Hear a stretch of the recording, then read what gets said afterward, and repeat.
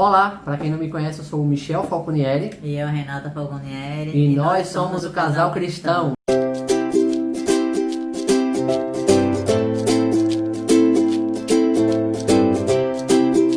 Vamos começar hoje a lição 18. O título é Atitudes para ser feliz de verdade. O desenvolvimento da conduta cristã, semelhança com Deus, é progressivo, envolvendo a união de toda uma vida com Cristo. Viver santo é nada menos que a entrega diária da vontade ao controle de Cristo e conformidade com os seus ensinos. À medida que nos sejam revelados através do estudo da Bíblia e da oração. Se nos santificarmos cada dia a Jesus, Ele transformará nossos pensamentos, atos, hábitos e finalmente nosso caráter. Se estivermos ligados diariamente à pessoa de Jesus, Ele dirigirá nosso coração e espírito em conformidade com o seu querer. E abaixo tem um trechinho do livro Mensagens aos Jovens, na página 347, que também é da Ellen White, tá? Inclusive, esse livro tem no site que eu indiquei para vocês. Eu vou deixar um card aqui, se você não viu. No finalzinho do vídeo, que eu vou deixar aqui, tem ensinando vocês a acessarem esse site e ler qualquer livro dela que tiver lá disponível, online, gratuito, tá? Aí no texto diz o seguinte: devemos cuidar da nossa aparência. A aparência exterior é muitas vezes um índice do espírito e devemos cuidar com os letreiros que ostentamos em nossa pessoa e pelos quais o mundo julgará a nossa fé. Queremos que sigais a Jesus como filhos queridos, obedientes à sua vontade expressa e em todas as coisas. Queremos que agradeis a vosso Redentor, buscando fervorosamente o adorno interior.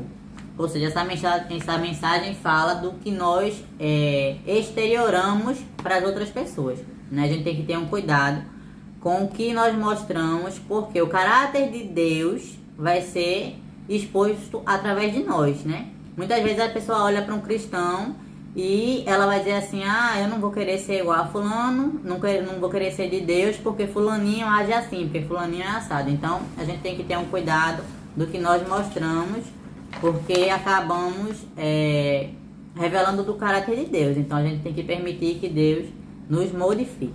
Amém. Vamos começar as perguntas, mas antes vamos fazer a nossa oração. Então, se você tiver algum pedido, coloca aí nos comentários que a gente vai estar orando por vocês, ou o nome de alguém que você quer orar, tá bom?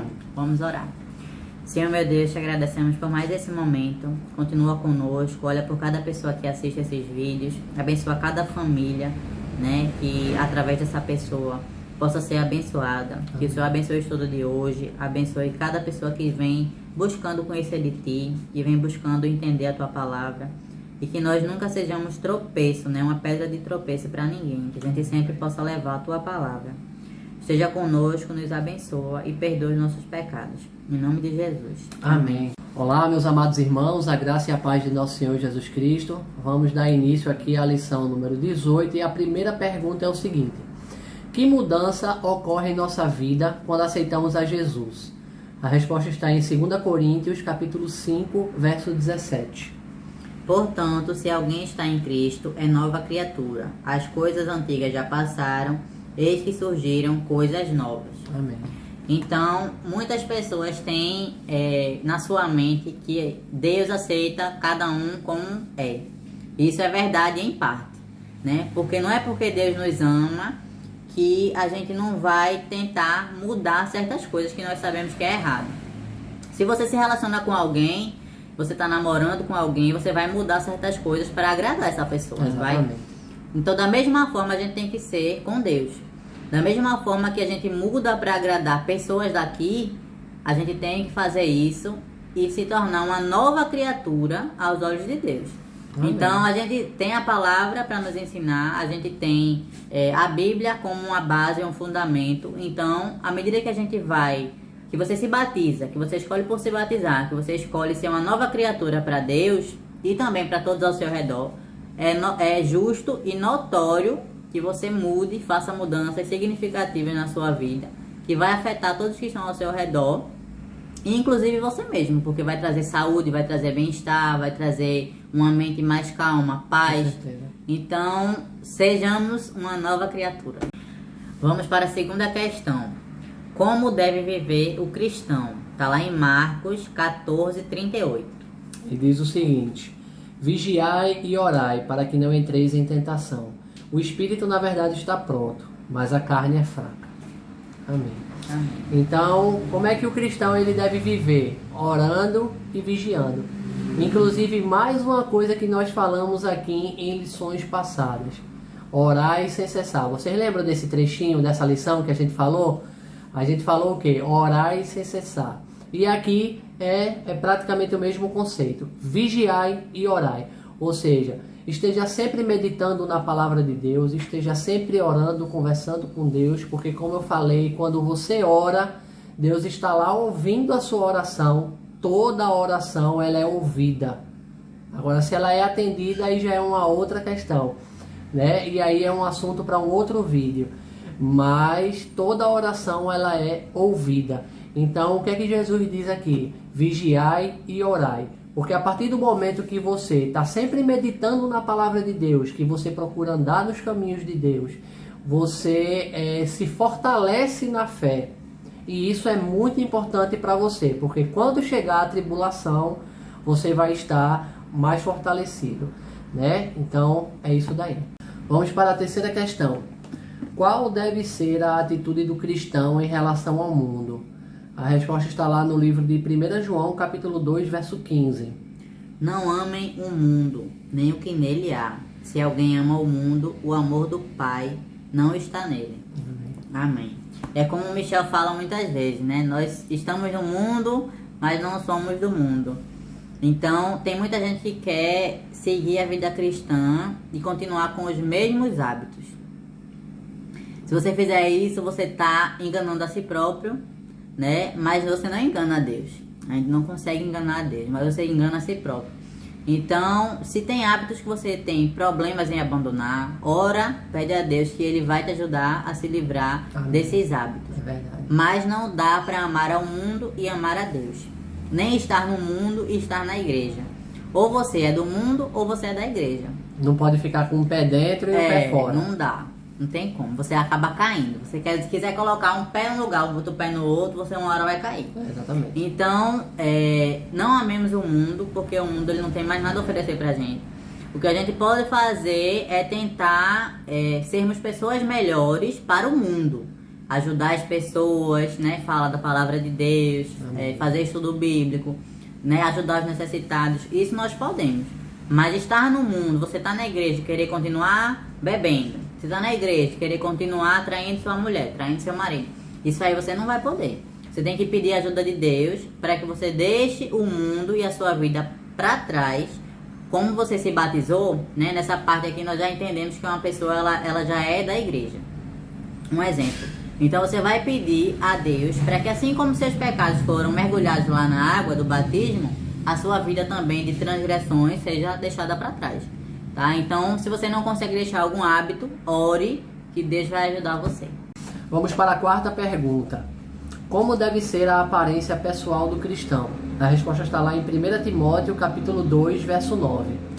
Diz o seguinte: da mesma sorte que as mulheres em traje decente se ataviem com modéstia e bom senso, não com cabeleira frisada e com ouro, ou pérolas, ou vestuário dispendioso.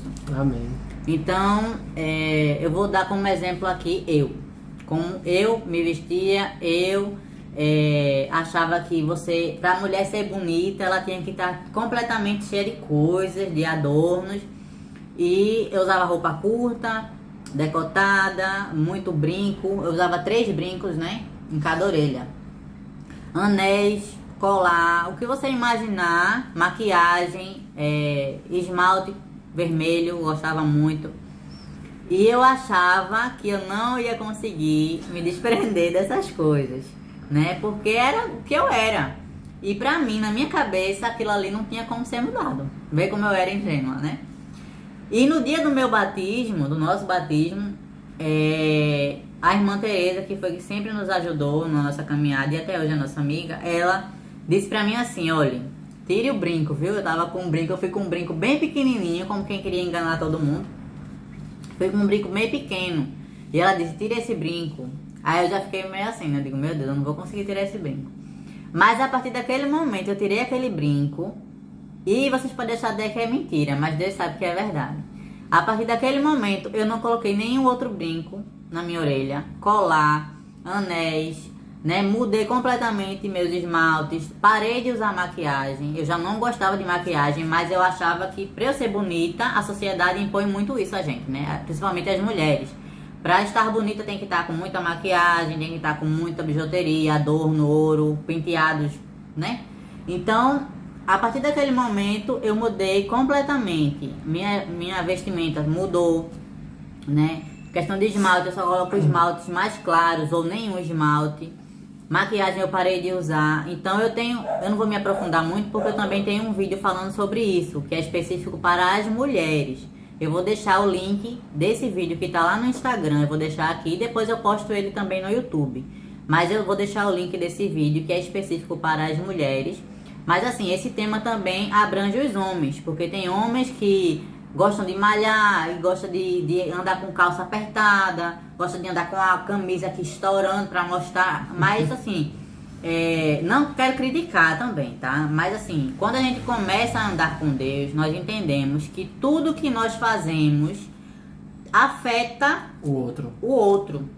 Então a mulher ela não vai pra igreja com a roupa apertadíssima para chamar a atenção de outros homens, porque você vai levar os outros homens a pecar, porque nenhum homem é cego. Ele vai acabar olhando, ou então vai passar na frente dele, ele não vai fechar o olho, ele vai ver. Então, para você não acabar escandalizando ninguém, não acabar levando ninguém ao erro, você evita. O homem é a mesma coisa. Não é porque você malha ou você se sente bonito demais que você vai usar uma calça apertadíssima para chamar atenção na igreja. Tudo que nós fazemos vai refletir lá na igreja. Então, não leve outras pessoas ao erro. Vou deixar o link aqui do vídeo, tá bom? E depois eu posto ele no YouTube completinho, para eu também não falar muito. É isso aí. Bom, vamos para a quinta questão, que diz o seguinte: por que não convém usar bebidas alcoólicas, fumos e outras drogas? Tá lá em 1 Coríntios 3, 16 e 17. E diz o seguinte: não sabeis que sois santuário de Deus e que o Espírito de Deus habita em vós? Se alguém destruir o santuário de Deus, Deus o destruirá, porque o santuário de Deus que sois vós é sagrado. E ainda levando para um outro texto, eu vou mencionar aqui 1 Coríntios 6, versos 19 e 20, que dizem assim: acaso não sabeis que o vosso corpo é santuário do Espírito Santo que está em vós, o qual tendes da parte de Deus, e que não sois de vós mesmos? Porque fostes comprados por preço. Agora, pois, glorificai a Deus no vosso corpo. Amém. Então é isso, amados. Porque não convém usar nem drogas lícitas e nem drogas ilícitas, porque a gente está destruindo o nosso corpo. E aqui, como a palavra de Deus diz, o nosso corpo é templo e morada do Espírito Santo. Então a gente tem que glorificar a Deus, até mesmo com o nosso corpo, não fazendo nenhum uso de nenhum tipo de substância ilícita, ou mesmo das lícitas, como o caso das bebidas alcoólicas. Né? Você se abstém desse tipo de coisa para você purificar o seu corpo, porque o seu corpo é templo do Espírito Santo. Amém? Tem até um pastor, que eu não lembro agora qual é, mas ele falou o seguinte: quando você vai receber uma visita, você arruma sua casa para receber essa visita todo limpinho, né? A mesma coisa é com Deus. Deus ele não nos visita, ele faz morada em nós. Então você vai querer receber o Espírito Santo em você com o seu corpo sujo? Não, né? Então a gente passa por uma purificação, na verdade. A gente abandona tudo aquilo que vai fazer mal ao nosso corpo para que o Espírito Santo possa habitar na gente. Vamos para a sexta questão. Que carnes Deus proíbe para a alimentação? Está lá em Levítico 11, os versículos 4, 7, 8 e 12. Então, meus amados, essa questão é uma questão que a gente queria separar para um outro vídeo, mas como ela faz parte da lição, então nós vamos responder aqui. Mas é um assunto bem polêmico, né, que chama muita atenção de algumas pessoas, né? Bem extenso, porque algumas religiões dizem que você pode comer tal coisa, outras dizem que não. E como eu falei, a Bíblia é a nossa regra de fé e doutrina. É o único livro que nós seguimos, a única doutrina que nós seguimos. E de acordo com o que Deus colocou aqui, é o seguinte. Verso 4 diz o seguinte: deste, porém, não comereis, dos que ruminam ou dos que têm unhas fendidas. O camelo que rumina, mas não tem unhas fendidas, este vos será imundo. O verso 7 diz o seguinte: também o porco, porque tem unhas fendidas e o casco dividido, mas não rumina, este vos será imundo. Da sua carne não comereis, nem tocareis no seu cadáver, estes vos serão imundos. E o verso 12: todo o que nas águas não tem barbatanas ou escamas, será para vós outros abominação. Amém. Então, amados, o que é que acontece? Esse assunto, como eu falei, ele é bem extenso e ele é bem polêmico, né? Nós mesmos, antes de ter conhecimento da palavra, claro que a gente não tem conhecimento de tudo, nós somos eternos aprendizes, estamos sempre procurando cada vez obter mais conhecimento da palavra de Deus, mas antes mesmo de nós nos convertermos, nós gostávamos muito de camarão, não é, amor? A gente gostava muito de camarão, sempre que nós íamos na praia a gente comia camarão.